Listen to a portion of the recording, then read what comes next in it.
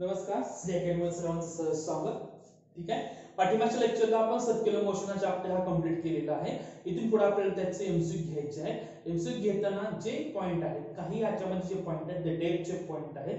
जो पण तुम्हाला ते अंडरस्टँड होत नाही तो पण तुम्हाला त्याच्यावर प्रॉब्लेम सॉल्व्ह करता येणार नाही. फॉर एक्झाम्पल, इनिशियली आपण घेऊ आता सर्क्युलर मोशन. सर्क्युलर मोशनचा मीनिंग काय असतो? The motion of particle along the circumference of circle. बरोबर. The motion of particle along the circumference of circle म्हणजे पार्टिकल काय होते, माझा सर्कम्फरन्स वरती मूव्ह होते. बरोबर. मूव्ह होताना they can changes it's position. It means that initially at t is equal to 0 the particle is at a position. At time t the particle is at b position. It has some displacement. This is circular motion. This displacement is called as the angular displacement. It can be denoted by the theta, s with the r with the radius. And what is the difference between the r and vector r? We will see. First, vector r means that it is a radius vector. It is the position vector. म्हणजेच काय, when object move from a point to b point, ह्याचं जर position तुम्हाला दाखवायचं असतं, तुम्हाला हे दाखवताना एका वेक्टरच्या फॉर्म मध्ये दाखवावं लागतं. का? हा जो त्याचा काय तो सेंटर आहे, हा पार्टिकलचा काय तो ए आहे. हा सेंटरचा विथ रिस्पेक्ट टू फिरणार, म्हणजे तो काय होतो सेंटरच्या भोवती तो फिरणार आहे. त्यामुळे ह्याची पोझिशन आपण कसं दाखवतो, एका वेक्टर दाखवतो. आणि हा वेक्टर कशावरती काढतात, रॅडियस वरती काढतात. So it is called as the radius vector. हा ए पॉइंटचा, हा बी पॉइंटचा. फॉर एक्झाम्पल म्हणू शकतो मी वेक्टर r1 आणि वेक्टर r2. पहिला डिफरन्स, वेक्टर r म्हणजे हा आपल्या लक्षात ठेवा, हा काय आपला आहे तो पोझिशन वेक्टर. आणि जर सिंगल फक्त r काढला, ही माझी काय येतं रेडियस आहे. हे तुम्हाला कळालं पाहिजे. सपोज मी याचं डेरिव्हेटिव्ह काढलं तर vector dr by dt, it means that the velocity म्हणजे the rate of change of r म्हणजे काय, माझा वेक्टर r म्हणजे पोझिशन आहे ना, rate of change of position with respect to time. याचा अर्थ इट इज कॉल्ड एज, त्याला म्हणतात वेलोसिटी म्हटलं जातं. आणि dr by dt that is equal to काय असतं, 0 असतं. 0 का असतं? r म्हणजे रॅडियस आहे. युनिफॉर्म सर्क्युलर मोशन आपले रॅडियस काय इथे कॉन्स्टंट आहे. रॅडियसचं म्हणजे कॉन्स्टंटचं डेरिव्हेटिव्ह काय असतं येतं, 0 येतं. म्हणून तुम्हाला इथं 0 लिहिलेलं आहे. ठीक आहे. हा झाला डिफरन्स आपला वेक्टर r आणि सिंपल r मधला झाला. त्याच्या पुढे जाऊ आपण. ह्याच्या पुढे घेताना आपल्याला r आणि r a टू b. आता a टू b मूव्ह झाल्यानंतर ह्याच्यामध्ये त्याचं काय ते डिस्प्लेसमेंट चेंज झाला असेल. डिस्प्लेसमेंट का चेंज होते, हा r पकडला त्याला मॅग्निट्यूड आहे, वेक्टर r पकडला ह्याला काय आहे मॅग्निट्यूड डायरेक्शन आहे. इथं r पकडला आपला काय होतं मॅग्निट्यूड आहे, इथे वेक्टर r पकडल्याला काय येतं मॅग्निट्यूड डायरेक्शन. दोन्ही गोष्टी आहेत. याचा अर्थ हा इकडे जाताना दाखवते, हा इकडे जाताना दाखवते. याचा अर्थ त्याची चेंज इन डायरेक्शन होऊ शकते. काय येतं तर होऊ शकते. भले याची मॅग्निट्यूड काय असेल तर सेम असते, त्याची काय होते डायरेक्शन बदलते. Then we want to calculate the change in displacement. बरोबर. और चेंज इन रॅडियस वेक्टर हे आपण काढावं लागतं. हे तुम्हाला क्वेश्चन विचारला जातो. चेंज याचा अर्थ त्याला म्हणतो तुम्ही वेक्टर डेल्टा r. आता हे कसं दाखवायचं ते दाखवतो. डायग्राम आहे असे सेम काढतो. ठीक आहे. किंवा इथे दोन प्रकार दाखवतो. ह्याला वेक्टर r1 म्हणतो, त्याला वेक्टर r2 म्हटले. ठीक आहे. ह्याचा चेंज म्हणजे ही पोझिशन त्याचा, याला म्हणतो मी delta r, vector delta r. ह्याचा चेंज काढताना this is the initial position, this is the final position. then we have to calculate the change. It means that the final position minus initial position. Then we can write vector delta r2 minus vector delta r1. We want to calculate the magnitude. आता याची magnitude काढायची आहे. Direction आपण दाखवलं आहे. Magnitude काढताना लक्षात ठेवा असा एक फॉर्म्युला होता, vector r is equal to vector a minus vector b और vector a plus vector b. ते आपण वेक्टर मध्ये बघितलं होता. ह्याची मॅग्निट्यूड काढण्याचा अर्थ, ह्याची मॅग्निट्यूड अशी निघते under root of a square plus b square minus twice ab cos theta. आणि ह्याची कशी निघते, सेम वे निघते. तुम्हाला काय भेटते तर a square plus b square plus twice ab cos theta. बरोबर. हा सेम वेक्टरना आपल्याला मॅग्निट्यूड काढायचे आहे. वाटल्यास मॅग्निट्यूड फॉर्म मध्ये येतो. मॅग्निट्यूडचा तुम्हाला फॉर्म्युला काय भेटणार इथं, that is equal to under root of r2 square plus r1 square minus twice r1 r2 cos theta, that is equal to r1 is equal to r2 is equal to r. त्याची radius काय सेमच असेल, ती point वर बदलणार नाही. then we can write r1 is equal to r2 is equal to r. then r square plus r square minus 2r square cos theta. बरोबर. r square काय लिहिलं r into r square केलेलं आहे. बरोबर. तुम्ही कॅल्क्युलेशन करताना ही term पूर्णपणे अशी वेगळी काढू नका. तुम्हाला ह्याची सवय आहे वेगळी काढायची, असं लिहित जाऊ नका. ठीक आहे. हा 2r square त्याला मल्टिप्लाय आहे. आता हे लिहिलं r square plus r square तुम्हाला काय भेटणार 2r square.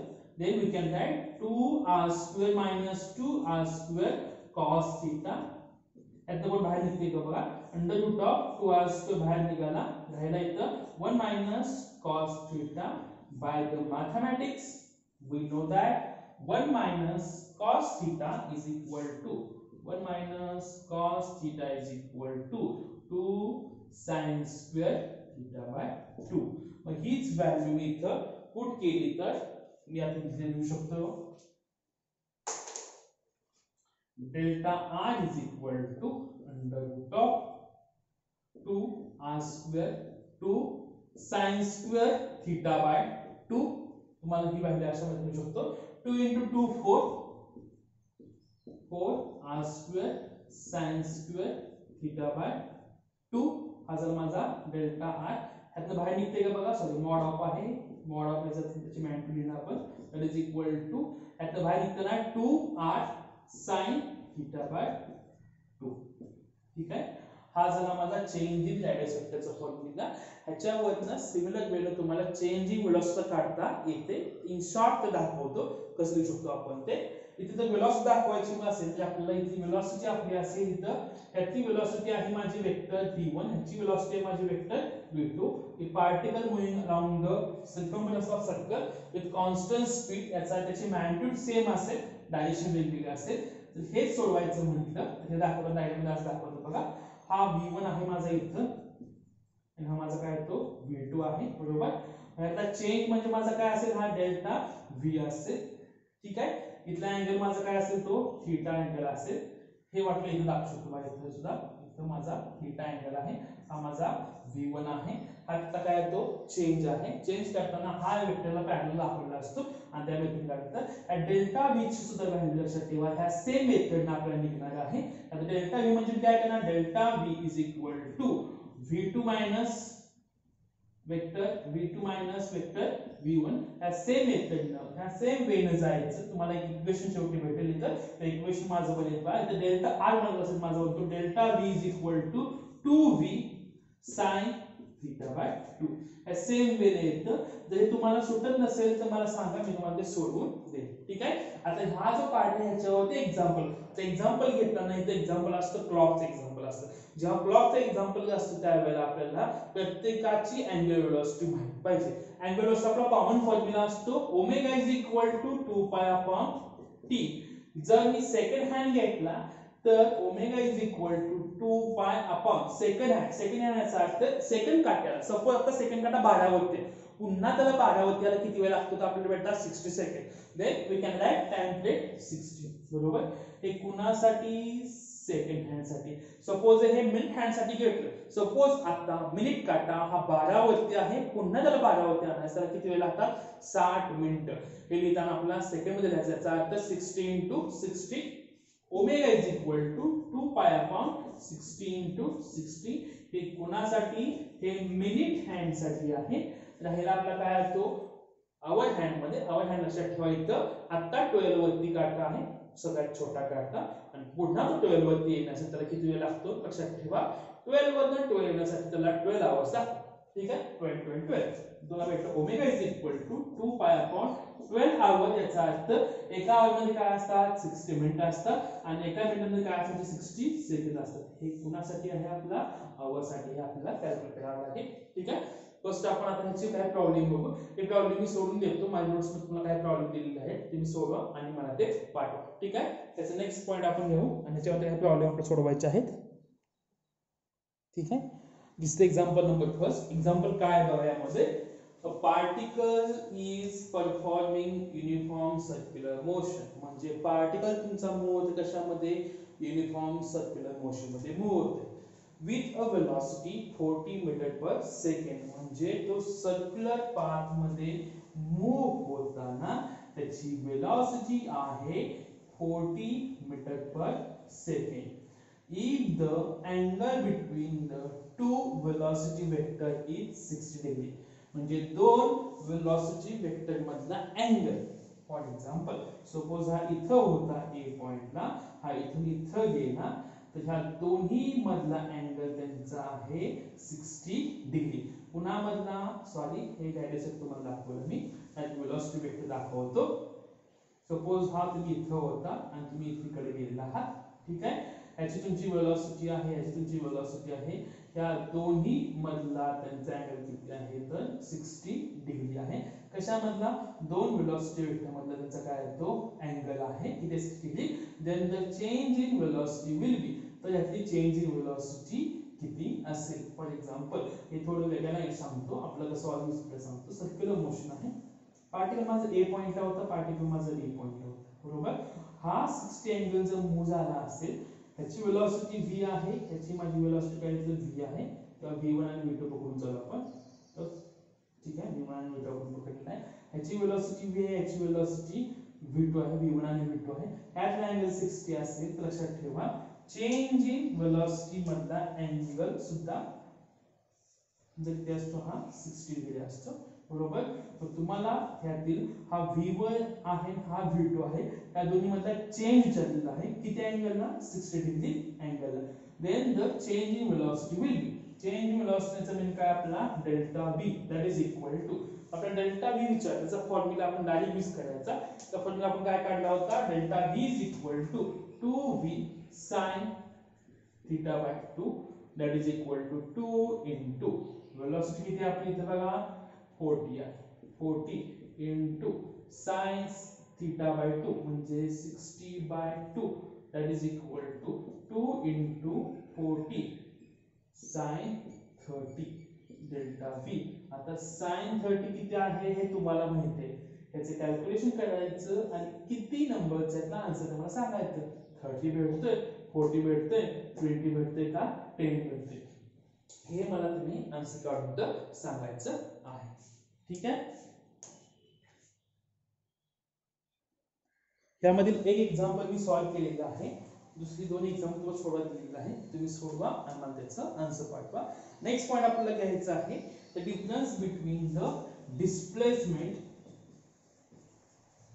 And linear distance. म्हणजे मला डिफरन्स काढायचा आहे डिस्टन्स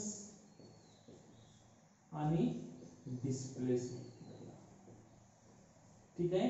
आता कशामध्ये बघायचं आहे आपल्याला, स्ट्रेट लाईन मध्ये बघायचं नाही. In case of circular motion, suppose this circular motion, the particle move from A point to the B point in circular path. तो ए टू बी हा मूव झालाय, ह्याची रेडियस किती आहे तर r एवढी ऍक्च्युअली रेडियस आहे. then what is the difference between the displacement and distance or linear distance and displacement, याचा डिफरन्स काय असतो, डिफरन्स का सांगतोय तेही बघा.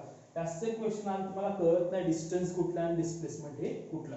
डिस्प्लेसमेंटचा मीनिंग असतो the shortest distance between the two point, sorry डिस्प्लेसमेंटचा मीनिंग काय असतो shortest distance between two point, आणि डिस्टन्सचा मीनिंग असतो द ऍक्च्युअल डिस्टन्स, किंवा त्याला म्हटलं जातं पाथ लेंथ म्हटलं जातं. त्या दोन्ही मध्ये आपल्याला डिफरन्स काढायचे. फॉर एक्झाम्पल इथली ऍड्रेस r आहे, पण याची माझी काय तर r आहे. जर मी इथं डिस्प्लेसमेंटचं काढायचं म्हटलं तर डिस्प्लेसमेंट याचा मीनिंग काय असतो the shortest distance between the two point, दोन पॉइंट मधलं कमीत कमी डिस्टन्स किती, बरोबर. हे कसं काढ जातं इथं a टू b, आता हा पूर्ण चाललेला आहे a टू b, पण डिस्प्लेसमेंट कसं काढायचं, तिथून एक लाईन टाकायची a टू b पण लाईन टाकायची, बरोबर. त्या लाईनचं जे डिस्प्लेसमेंट असेल ते आपलं डिस्प्लेसमेंट कन्सिडर करतं. a टू b हा r आणि हा r, किती पॅटर्न डिस्टन्स माझं येतं 2r, आणि ह्याला विषय डिस्टन्सचा, डिस्टन्स किती असेल. आता डिस्टन्स काढताना हा इथून इथपर्यंत आला, पुन्हा इथून इथपर्यंत आला, बरोबर. पूर्ण सर्कम्फरन्स किती असतो 2πr. आता ने किती कव्हर केलाय, हाफ रिव्होल्यूशन कव्हर केलाय. हाफ रिव्होल्यूशन याचा अर्थ 2πr divided by 2 that is equal to πr. The distance is equal to πr. आता आपल्याला डिफरन्स काढायचा आहे, मग डिफरन्स कसा काढतो πr - 2r that is equal to इथे लिहू शकतो इथं r जर कॉमन काढला तर लिहू शकतो इथं पाय मायनस 2 बरोबर. हे आपण सॉल्व सुद्धा करू शकतो. सॉल्व करताना r आपला आहे असा आहे पायच्या 3.142 minus 2 that is equal to r into 1.142. हे आपली कोणाच्या येतं डिफरन्स बिटवीन द पाय काय आहे डिस्टन्स आणि डिस्प्लेसमेंट काय येतं 2 आहे. The difference between the distance and displacement यातला आपला काय येतो हा डिफरन्स आहे. ठीक आहे. आय थिंक हा तुम्हाला डिफरन्स हा समजलेला असेल. त्याच्या पुढे आपल्याला जायचं आहे. त्याच्या पुढे आपला नेक्स्ट पॉइंट जो आहे त्याच्यामध्ये आपल्याला सर्क्युलर मोशन बघायचं आहे. तर सर्क्युलर मोशन बरोबर आता पण आपण एक सर्कल फिरवत होतो. आता इथे आपल्याला दोन सर्कल घ्यायचे. त्याला आपण म्हणतो कॉन्सेंट्रिक सर्कल किंवा कोप्लेनर सर्कल सुद्धा म्हटलं जातं. Suppose this is the circular motion बरोबर. याच्यामध्ये काही पार्ट पुन्हा रिपीट करतो. दिस इज द ऍक्सिस बरोबर. द पार्टिकल म्हणून सर्कम्फरन्स ऑफ सर्कल पार्टिकल हा मूव्ह होते बरोबर. सपोज ए हा पार्टिकल आहे याची वेलोसिटी किती पकडू आपण त्याला आपण va पकडू. ठीक आहे. हा कसा झाला सर्कम्फरन्स होती हा मूव्ह होते. आता मूव्ह होताना याला कधी अँग्युलर वेलोसिटी असेल कुठल्या पॉइंट पाशी ओ पॉइंट पाशी असेल त्याला म्हणतो मी इथं ओमेगा ए म्हणतो. ठीक आहे. आता जेव्हा सपोज दोन सर्कल आहेत आणि दोघांचाही सेंटर एकाच ठिकाणी आहे पण जो सर्कल आहे त्याचे पार्टिकल आहेत त्यांची काय तर वेलोसिटी वेगवेगळी असेल. फॉर एक्झाम्पल इथे ए पार्टिकल इथे माझं काय तर बी पॉइंट त्याची वेलोसिटी माझी काय तर व्ही हा माझा काय तो व्ही आहे बरोबर. Then we have to calculate the relative angular velocity between A and B. हा 10 च्या स्पीडने चालला असेल आणि हा 20 च्या स्पीडने चालला असेल किंवा हा 20 ने चाललाय हा 10 ने चाललाय. याच्यामध्ये तुम्हाला रिलेटिव्ह वेलोसिटी काढायला सांगितलं तर कशी काढतो बघा. सपोज ए ची किती आहे ओमेगा ए आहे याचा बरोबर. बी चा माझा काय आहे तो ओमेगा बी आहे. ह्याची डायरेक्शन ह्याच्या प्लेनला काय असते परपेंडिक्युलर असते. याचा डिफरन्स काढताना पहिला पार्ट ओमेगाचा फॉर्म्युला असतो 2π/t असतो. ठीक आहे. पहिल्यांदा a च लिहिलं omega a is equal to 2π/ta आणि omega b is equal to तुम्ही तर 2π/tb. Then the relative angular velocity then we can write omega relative that is equal to omega b minus omega a. ह्याची velocity असतो आपण omega b minus omega a. Then we want to calculate the time period. Then the relative time period is equal to t is equal to 2π/omega. relative time period काढत आहे. एक प्रत्येका separate काढत नाही कारण तुम्ही t is equal to 2π/omega आपला काय असेल हा रिलेटिव्ह असेल that is equal to 2π/omega b minus omega a that is equal to आता ओमेगा च्या व्हॅल्यू आपल्याला माहिती आहे इथे काय लिहिले बघा omega a is equal to 2π/ta omega b is equal to 2π/tb. त्याचं व्हॅल्यू आपण जर पुट केल्या तर लिहू शकतो मी तर 2π/ta sorry tb minus 2π/ta that is equal to t. then t is equal to 2π आहे त्यातनंही 2π बाहेर निघू शकतो राहिला 1/tb minus 1/ta हा एकमेकाला कॅन्सल. तर t is equal to 1/, याचं कॅल्क्युलेशन जर केलं ta minus tb divided by tb into ta then we can write 1/t or t is equal to ta into tb divided by ta minus tb. आता हे आपल्याला काय भेटलं त्याचा तर रिलेटिव्ह टाइम पिरियड हा भेटलेला आहे. ठीक आहे. हे कधी असेल दोन पार्टिकल एकाच पाथवरती आहेत त्यांची काय तर वेलोसिटी वेगळी आहे या कंडिशनला किंवा दोन सर्कल असतील एक आतला सर्कल बाहेर सर्कल सपोज वेलोसिटी म्हणजे b आहे ह्याचा माझा काय तो a आहे त्यांच्यामध्ये डिफरन्स पण ह्या दोन्हीचा एक्सिमाचा काय तो सेम याला कॉन्सेंट्रिक म्हटलं जातं. त्या कंडिशन तुम्हाला हे फॉर्म्युला यूज करावे लागतील t is equal to ta into tb divided by ta minus tb. या टाइपचे तुम्हाला फॉर्म्युले अजून मध्ये विचारले जाऊ शकतात एमसीक्यू मध्ये डायरेक्ट. आपला नेक्स्ट पार्ट जो आहे त्या पार्टचं नाव आहे सेंट्रिपिटल एक्सेलरेशन और रॅडियल एक्सेलरेशन और नॉर्मल रिएक्शन बरोबर. ह्याच्या आधी तुम्ही फक्त आतापर्यंत एकच नाव ऐकलं होतं radial acceleration. The acceleration which is directed toward the center of circle That type of acceleration is called as the radial acceleration. रॅडियलस आणखीन एक वर्ड आहे, टुवर्ड्स सेंटर आहे, त्याला म्हटलं जातं सेंट्रिपिटल ऍक्सेलरेशन. दाखवताना एसी दाखवू शकतात किंवा एआर दाखवू शकतो आपण. त्याला अजून एक वर्ड आहे नॉर्मल ऍक्सेलरेशन म्हटलं जातं. नॉर्मल का म्हटलं जातं, शक्यतो ते सरफेसला एखाद्या पॉइंटला परपेंडिक्युलर हे असतं आणि कायमच ते परपेंडिक्युलर असतं.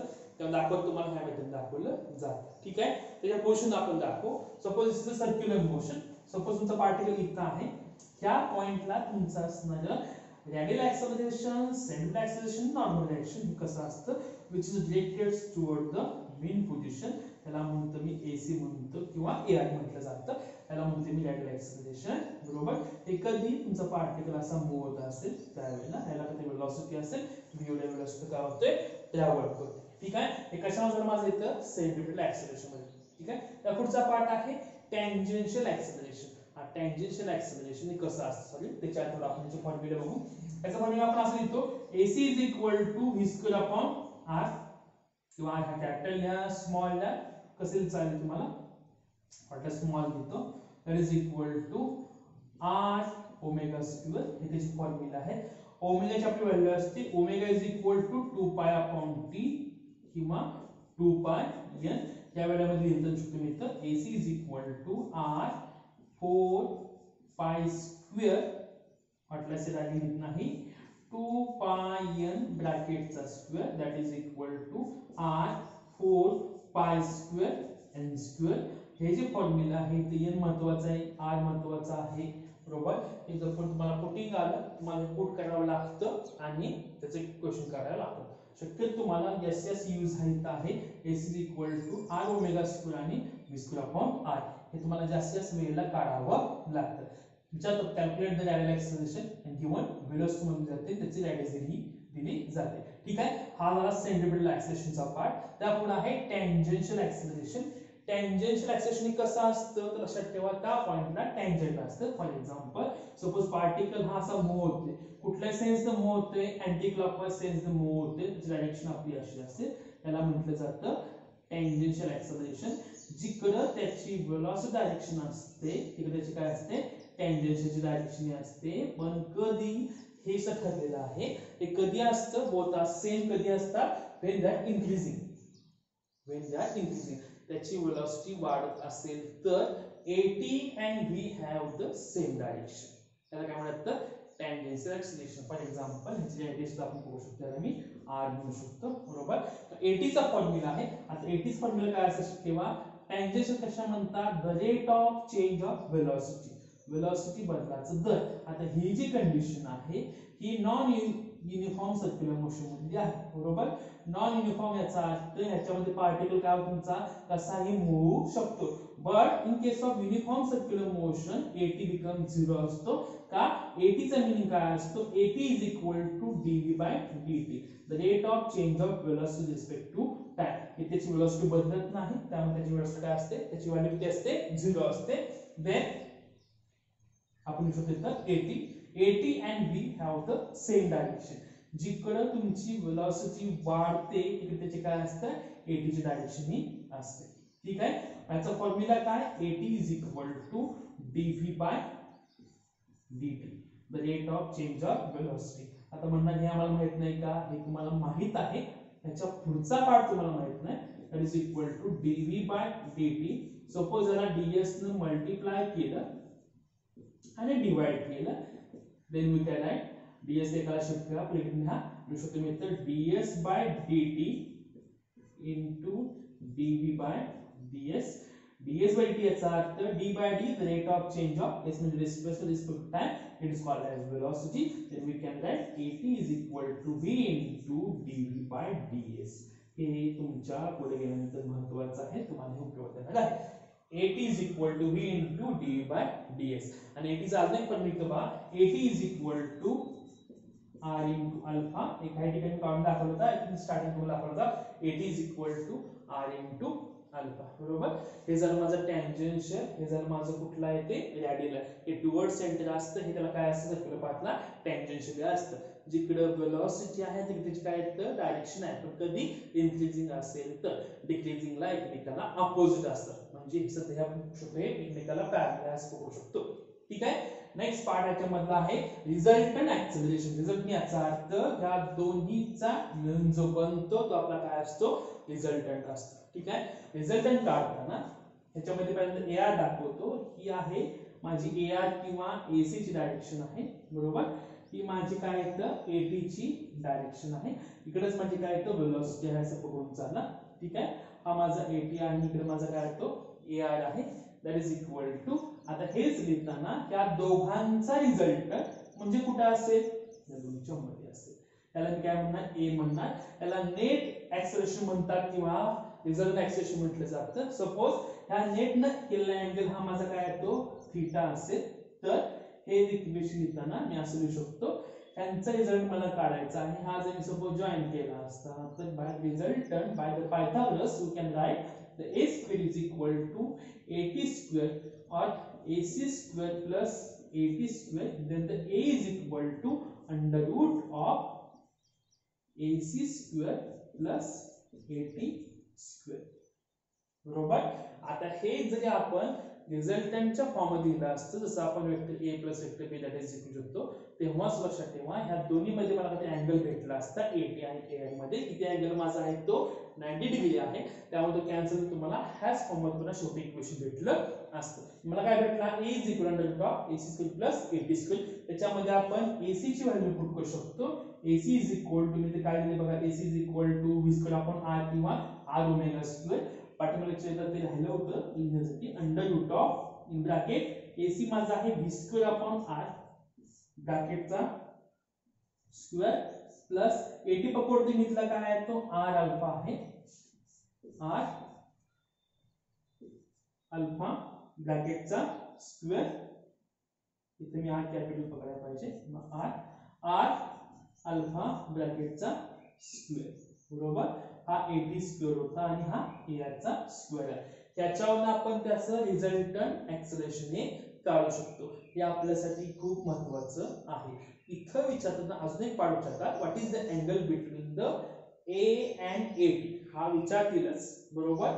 त्याच्याबरोबर असं विचारतात what is the angle between the resultant acceleration and velocity. जर ही इन्क्रीजिंग असेल तर तुम्हाला v आणि a मधला अँगल असं विचारला जाईल. याचा अँगल कसा काढायचा तर हा थीटा आहे बरोबर. मला याचा अँगल काढायचा. अँगल काढण्यासाठी मी यूज करू शकतो इथं tan थीटा किंवा cos थीटा किंवा sin थीटा. जनरली मी घेतो tan थीटा. त्यामुळे काय भेटेल बघा इथं a माहित असो किंवा नसो आपण त्याची व्हॅल्यू काढू शकतो. त्याचा फॉर्म्युला आहे tan theta is equal to tan थीटाचा मीन काय असतो opposite side ac upon at. then the theta is equal to tan inverse of ac by at. हे तुम्ही इक्वेशन घेऊ शकता. हे तुम्हाला इक्वेशन विचारलं जातं. tan theta is equal to ac upon at. then theta is equal to tan inverse of ac by at. Using this formula we can calculate the angle between the a and at बरोबर. ह्याच्यामधला आपल्याला angle हा काढता येतो बरोबर. किंवा तुम्हाला असं विचारतात the angle between a and v velocity आणि ऍक्सेलरेशन मध्ये अँगल काढायचा असेल ते सुद्धा तुम्ही हाच फॉर्म्युला यूज करू शकता. याच्याप्रमाणे आपण ते यूज करू शकतो. ठीक आहे. आपला जो नेक्स्ट पॉइंट आहे नेक्स्ट पॉइंट मध्ये आपल्याला बघायचं आहे at बघायचं आहे ar बघायचं आणि a बघायचं. तर त्याच्या काही कंडिशन आहेत. त्यात ऍडिशन आपला काय येतो वेलोसिटी बरोबर. मगाच्या पॉइंट तुम्हाला सांगितलं होतं की सपोज हा माझा at आहे हा माझा ac आहे म्हणजे माझा ar आहे हा माझा e आहे बरोबर. Suppose velocity is increasing. Suppose माझी वेलोसिटी काय होता वाढत असेल तर at and v are parallel to each other. एकमेकांसोबत पॅरलल असतं having that straight line बरोबर. and then the resultant will be the a. ह्याचा रिझल्ट काय आहे तो असा आहे. ही कधी आहे हे वाढत जात असेल तर वेलोसिटी इन्क्रीज होत असेल तर if velocity increases the tangential acceleration and velocity have the same direction. But if the velocity is decreasing velocity इकडेच जाणार आहे पण ती काय होते डिक्रीज होत असेल तर at this condition the tangential acceleration it is opposite to the direction of velocity. म्हणजे काय असते त्याच्या ऑपोजिट डायरेक्शनलाही असते बरोबर. इथं at हा वाढतो इथे at चं काय होतं कमी होतं. याचं एक एक्झाम्पल सांगतो. सपोज तुम्ही टू व्हीलर चालवताय ठीक आहे. तुम्ही तुमचा जो ऍक्सिलेटर तुम्ही वाढवला तर काय होतं तुमच्या इथं वेलोसिटी वाढते, बरोबर. वेलोसिटी तुमची कुठे वाढते, जिकडे तुम्ही चाललेला आहात ते तुमची काय होते, वेलोसिटी वाढले.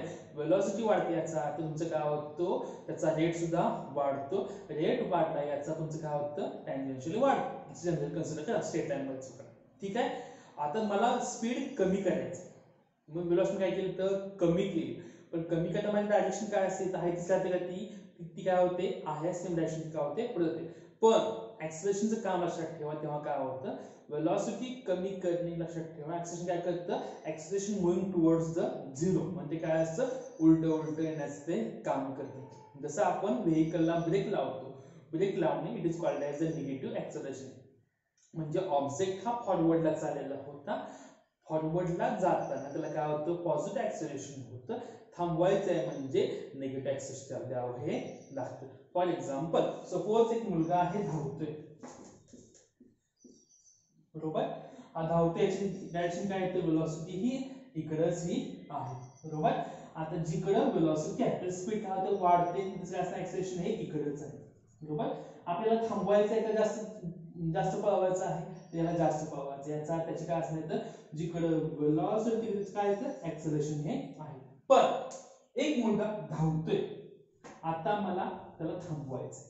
त्याला थांबवायचं असेल तर तो पुढे धावतो, त्याला थांबवण्यासाठी मला ऍक्सेलरेशन पुढच्या डायरेक्शन द्यावं लागेल का मागच्या डायरेक्शन द्यावं लागेल, तर मागच्या डायरेक्शन द्यावं लागेल. तेव्हा तो काय थांबतो, म्हणजे त्याला ऍक्सेलरेशन हे उलट द्यावे लागेल, तेव्हा तो काय म्हणतो, फायनली थांबेल. ऍक्सेलरेशन म्हणजे काय, the rate of change of velocity. म्हणजेच काय, F is equal to m into acceleration.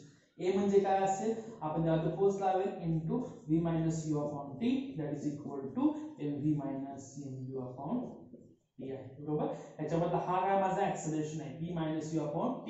म्हणजे काय, त्याला आपण अपोजिट डायरेक्शनला ओढलं जातं, तेव्हाच तो थांबू शकतो. ठीक आहे. जसं आपण धावता ब्रेक लावतो, म्हणजे पाय आपण काय होतो, जमिनीला दाबतो, तेव्हा काय होतो, आपण त्या ठिकाणी हा थांबतो. अशा याच्या सेम कंडिशन आहेत. इन्क्रीजिंग असेल, both have same velocity, sorry, both have same direction. Decreasing असेल तर at आणि v एकमेकांना काय येतं, अँटी पॅरलल असतं, बरोबर. आता ह्याच्यामधले ऍडिशनल पार्ट, जर at आणि v एकमेकाला पॅरलल असतील किंवा at आणि v एकमेकाला अँटी पॅरलल असतील, at this condition we can consider this circular motion is straight line motion. म्हणजेच काय, अशा कंडिशनला जर at आणि v पॅरलल आहेत आणि at आणि v अँटी पॅरलल आहेत, अशा कंडिशनला तिथे आपण स्ट्रेट लाईन मोशन आहे असं कन्सिडर केलं जातं. म्हणजे कुठल्या मोशनला, सर्क्युलर मोशनला. त्याला अजून एक कंडिशन येते, जर या सर्क्युलर मोशन मध्ये जर तुमचा at जर कॉन्स्टंट असेल, at will be the constant, at this condition the kinematical equations are applicable. म्हणजे हा पॅरलल आहे, अँटी पॅरलल आहे, तुमचं at चं कॉन्स्टंट असेल, अशा कंडिशनला आपण ही जी मोशन आहे स्ट्रेट मोशन आहे असं कन्सिडर करायचं. आणि त्याच्यामध्ये आपण कायनेटिक इक्वेशन वापरायची, कुठली, लिनियरची. म्हणजे कुठली आपली येणार, v is equal to u plus at, s is equal to ut plus half at square, v square is equal to u square plus 2as. हे कधी at कॉन्स्टंट असेल, म्हणजे h व्हॅल्यू काय असेल, जर at is equal to a, हे असं बघून आपल्याला ते लिहावं लागेल. ठीक आहे. हे याच्यावरती क्वेश्चन विचारला जातो. ऍक्सेलरेशन आपल्याला काढावं ते लागेल, त्या तुम्हाला इक्वेशन वापरावी लागते. ठीक आहे. इथून स्टार्ट झाला, इथून स्टॉप झाला, इनिशियल आहे त्याला फायनल सुद्धा वेलोसिटी ही आहे, अशा कंडिशन आपल्याला वापराव्या लागतील. त्याच्या पुढे जर हा at कॉन्स्टंट नसेल, at हा कॉन्स्टंट नसेल, त्या कंडिशनला फॉर्म्युला काय वापरायचा ठेवा, at is equal to dv by dt. हा फॉर्म्युला आपला आहेच, that is equal to as they pronounce it with dv by dt into ds by ds, that is equal to मिळू शकतो इथं मग ds by dt into dv by ds, that is equal to इथे काय आहे माझं मग v into dv by ds. हे v into dv by ds हे कशासाठी लिहिलंय हे लक्षात ठेवा. अशा कंडिशनला आपल्याला इंटिग्रेशन वापरावं लागेल, डेरिव्हेटिव्ह आपल्याला वापरावं लागेल. त्यावेळेला आपल्याला इंटिग्रेशनचे लॉ आणि डेरिव्हेटिव्ह लॉ काही प्रमाणात तुम्हाला माहिती पाहिजे, तेव्हा आपल्याला हे यूज करता येईल. ठीक आहे. हा पॉइंट तुम्हाला आय थिंक समजला असेल. त्याच्या पुढे आहे work done by the centripetal force.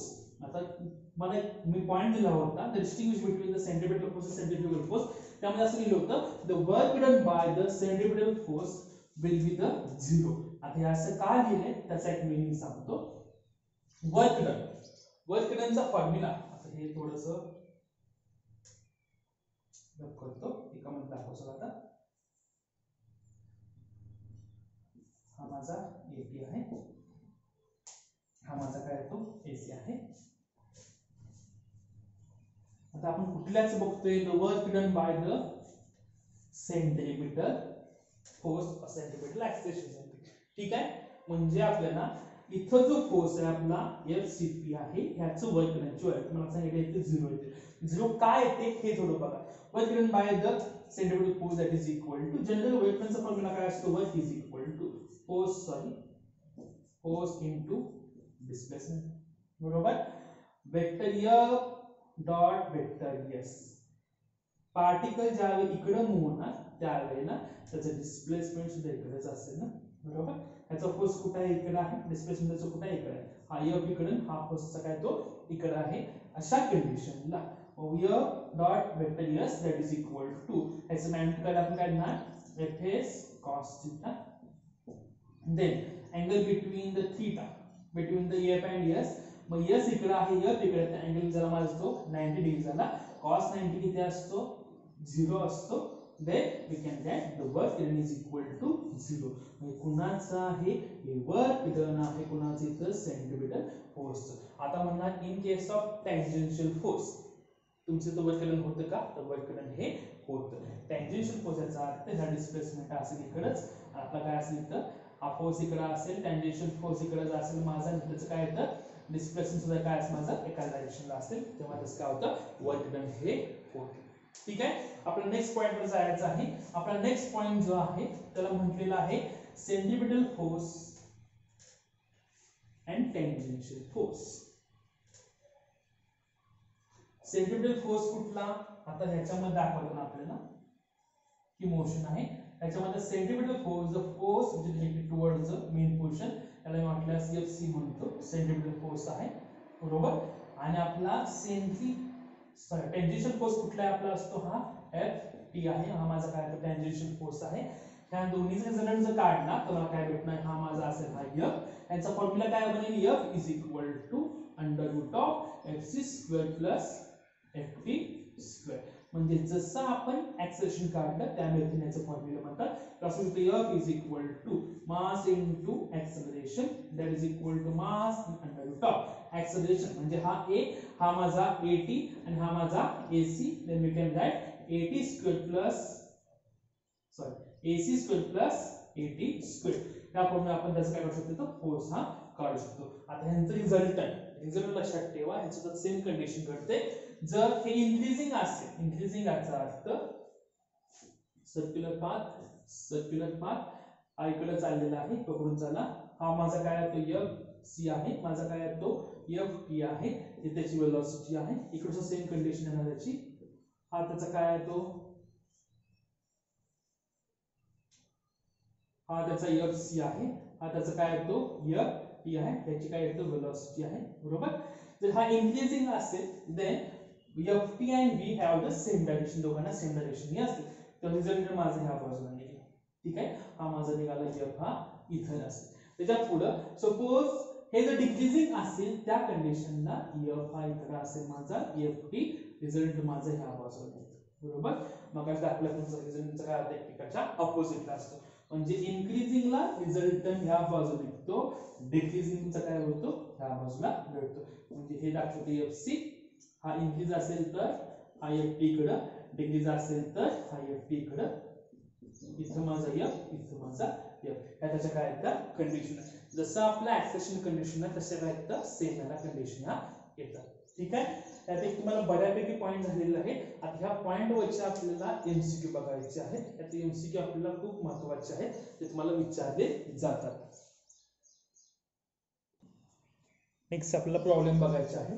Problem number 4 आणि प्रॉब्लेम नंबर 5. प्रॉब्लेम बघायचा आहे. तुम्हाला नेक्स्ट प्रॉब्लेम पहिला सॉल्व्ह करून दिलेला होता, त्याला 2 तुम्हाला सोडवायचे दिलेले आहेत.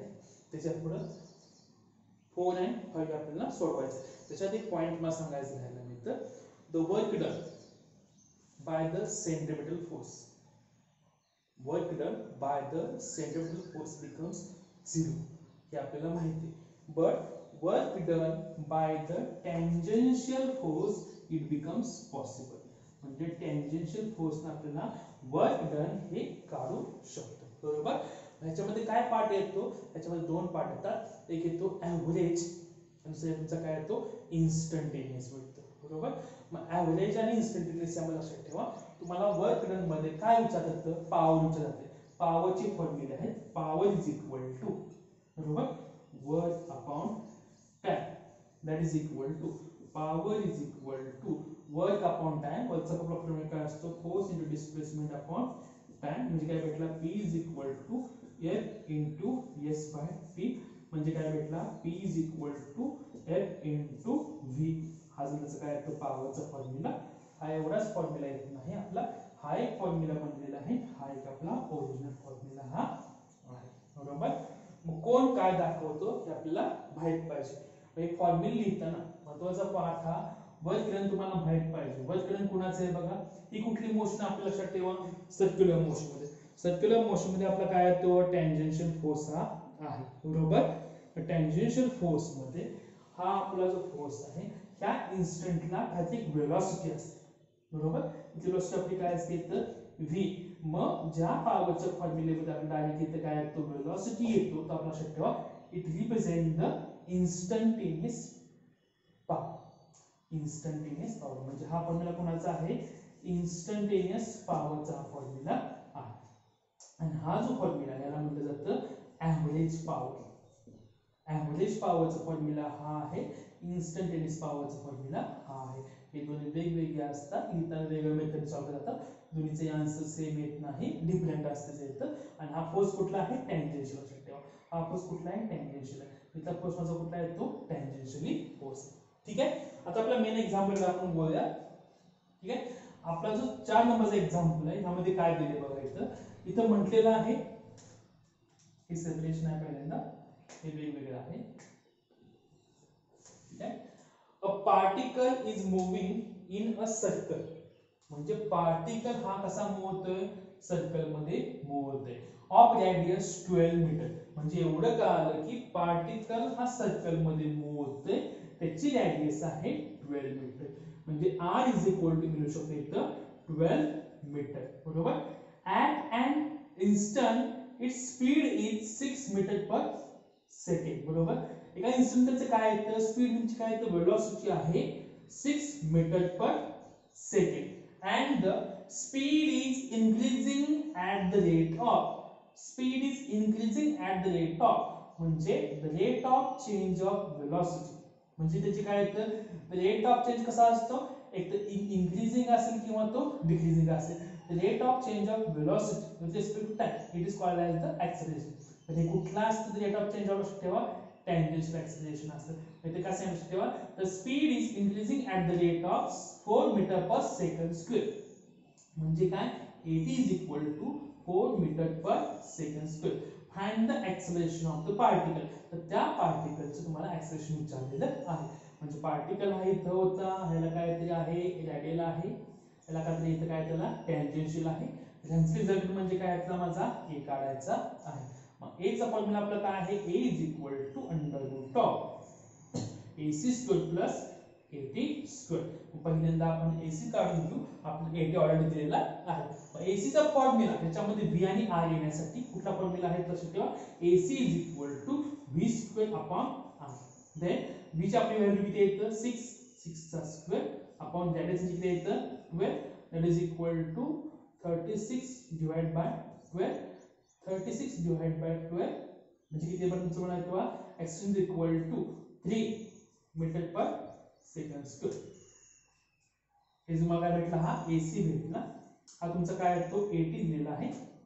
व्हॅल्यू पुट केली then we can write a is equal to under root of 3 square plus 80 इथे आपला 4 चा square that is equal to a is equal to under root of 9 plus 16 that is equal to under root of 25 that is equal to a is equal to 5 metre per second square. बरोबर. This is the acceleration of the particle, त्या पार्टिकलचे काय आहे ते acceleration हे आहे. ठीक आहे, आय थिंक हे एक्झाम्पल खूप सोपं होतं, तर ते तुम्हाला कळायला पाहिजे. The speed is increasing at the rate of, the rate of change of क्षेत्रात तुमचं टँजेन्शियल आहे, बरोबर, रेडियल ते नव्हे. ठीक आहे, आपलं नेक्स्ट एक्झाम्पल आहे. एक्झाम्पल दिलेलं आहे तर अ particle is moving in a circle. त्याला थोडंसं जास्त स्पेस लागतं एक्झाम्पलला. एक्झाम्पल मध्ये काय सांगितले बा, a particle is moving in a circle of radius r, म्हणजे पार्टिकल तुमचा move in a circle of radius r, radius काय तर r. Its speed is given by v is equal to lambda t square. म्हणजे काय सांगितले, particle तुमचा circular motion हा provide करतोय. सर्क्युलर मोशन मध्ये मूव्ह होताना, suppose this is a circular motion, ह्याची रेडियस आहे कॅपिटल r आहे, बरोबर, आणि ह्याची वेलोसिटी इज गिवन बाय, म्हणजे वेलोसिटी म्हणतात v is equal to lambda t square हे दिलेलं आहे, वेअर लॅम्बडा इज कॉन्स्टंट, हा लॅम्बडा कॉन्स्टंट आहे. फाइंड द रेडियल एक्सेलरेशन, म्हणजे तुम्हाला ac विचारलेला आहे. पुढे टँजेन्शियल एक्सेलरेशन म्हणजे तुम्हाला at काढायचं आहे. त्याच्या पुढे रिजल्टंट एक्सेलरेशन म्हणजे तुम्हाला a काढायचं आहे. त्यामध्ये angle between the acceleration and velocity, ह्याच्यामध्ये तुम्हाला सांगितलं तर अँगल काढायला सांगितलेलं आहे, म्हणजे थीटा इज इक्वल टू विचारलेलं आहे. एवढे पार्ट तुम्हाला विचारलेलं आहे. डायग्राम थोडी मोठी काढ, ज्यामुळे तुम्हाला इझी दाखवता येईल. सपोज इथं पार्टिकल दाखवतो, त्यामुळे तुम्हाला इझी दाखवता येईल. हा आपला काय आहे तो at, हा आपला काय आहे तो a आहे, रिजल्टंट आपला काय आहे तो a आहे. त्यातला अँगल काय असतो आपला, हा थीटा असतो. ठीक आहे, आता दिलंय काय, v दिलाय, आपला फॉर्म्युला. आता v काढण्यासाठी पहिल्यांदा ac काढू आपण. ac चा फॉर्म्युला काय असतो, ac is equal to formula काय v स्क्वेअर अपॉन r. पुढलाही फॉर्म्युला आपल्याला आहे r ओमेगा स्क्वेअर, इथं पण ओमेगा दिलेला नाही आपल्याला, v दिलाय म्हणून हा फॉर्म्युला आपण यूज करतोय. then we can write ac is equal to v square upon r. put this value, v किती आहे आपला लॅम्बडा t स्क्वेअर आहे, व्हॅल्यू जर पुट केली तर लॅम्बडा t स्क्वेअर ब्रॅकेटचा square divide by r, that is equal to lambda square t स्क्वेअरचा square म्हणजे t raised to 4 divide by r, बरोबर. हा तुम्हाला कुणाची भेटली, ac is equal to lambda square t raised to 4 divide by r. हा मला काय भेटलं इथं ac भेटला. पुढे काय विचारलंय, at विचारलंय. आता at आपल्याला काढायचं. at चा फॉर्म्युला काय आहे, the rate of change of, बरोबर. आपला वापरताना इथं r अल्फा सुद्धा फॉर्म्युला आहे, पण इथं अल्फा आपल्याला दिला इथं दिलेलं नाही, त्यामुळे आपण वापरू शकत नाही. आपला r मध्ये माहिती असला तरी सुद्धा, सॉरी आपल्या इथं असला माहिती तर नाही. त्यापुढे at चा फॉर्म्युला लक्षात ठेवा, dv बाय dt. आता ज्यांचा मॅथमॅटिक्स नाही त्यांनी हे आन्सर पद्धती सांगायचं आहे, त्यांच्यासाठी हा थोडा अवघड होत जाईल. वेलोसिटी आपला फॉर्म्युला काय, लॅम्बडा टी स्क्वेअर, म्हणजे lambda T square that is equal to, हे सॉल्व करताना लॅम्बडा कॉन्स्टंट आहे, राहिला डी बाय dt टी चा square that is equal to, एक फॉर्म्युला होता, फॉर्म्युला आठवत असेल तर d by dx of x raised to n that is equal to n into x raised to n minus 1, असा एक फॉर्म्युला आहे. ह्या फॉर्म्युल्यानुसार जर आपण व्हॅल्यू पुट केली तर ते t स्क्वेअर म्हणजे काय होणार, x raised to n म्हणजे त्याच्या वेळी ते येतं 2 आहे, म्हणजे 2 into t raised to 2 minus 1 म्हणजे काय होणार t भेटणार, that is equal to lambda 2t. तुम्हाला फॉर्म्युला भेटला at is equal to काय भेटला 2 लॅम्बडा t, बरोबर.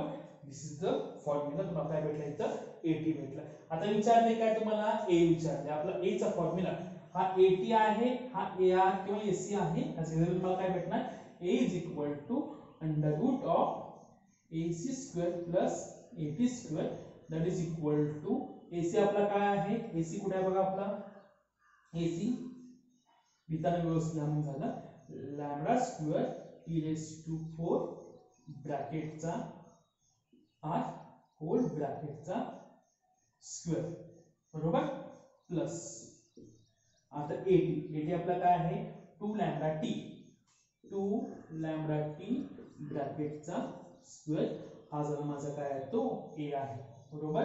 आता a ह्याच्या पुढे काय सॉल्व करत बसत नाही, त्याच्यामध्ये तुम्हाला कॉमन पार्ट घासून लिहायला आहे आपल्याला, ठीक आहे. त्याच्या पुढे आता त्याच्या पुढे गेलं तर आपला हा a भेटलेला आहे, एवढंच आपल्याला लिहिलं आहे, आपल्याला जास्त लिहिलं नाही.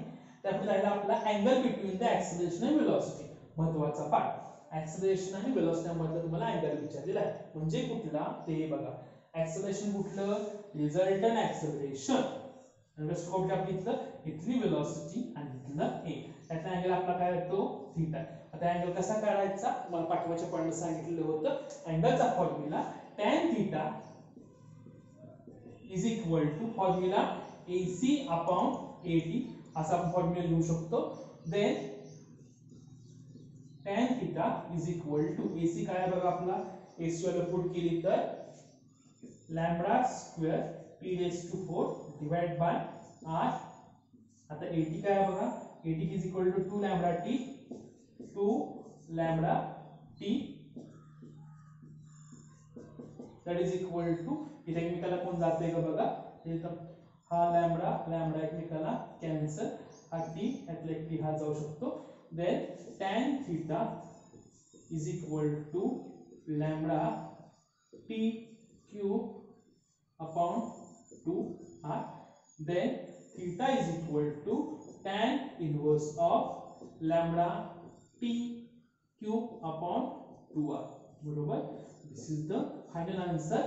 That is the angle between the velocity and the acceleration. हा त्याच्यामधला काय आहे आपला अँगल आहे. तो अँगल अशा पद्धतीने तुम्हाला एक्झाम्पल विचारलं जातं. v is equal to lambda t स्क्वेअरच्या फॉर्म मध्ये. इथं व्हॅल्यू वेगवेगळ्या असतात, इथे व्हॅल्यू तुम्हाला वेगळ्या पर्टिक्युलर असतात. रूट लॅम्बडा असेल, रूट टी असेल, रूट एस असेल, ज्या मेथडने दिलं आहे त्या मेथडने सोडवावं लागतं. ठीक आहे, आपण थांबूया इथं.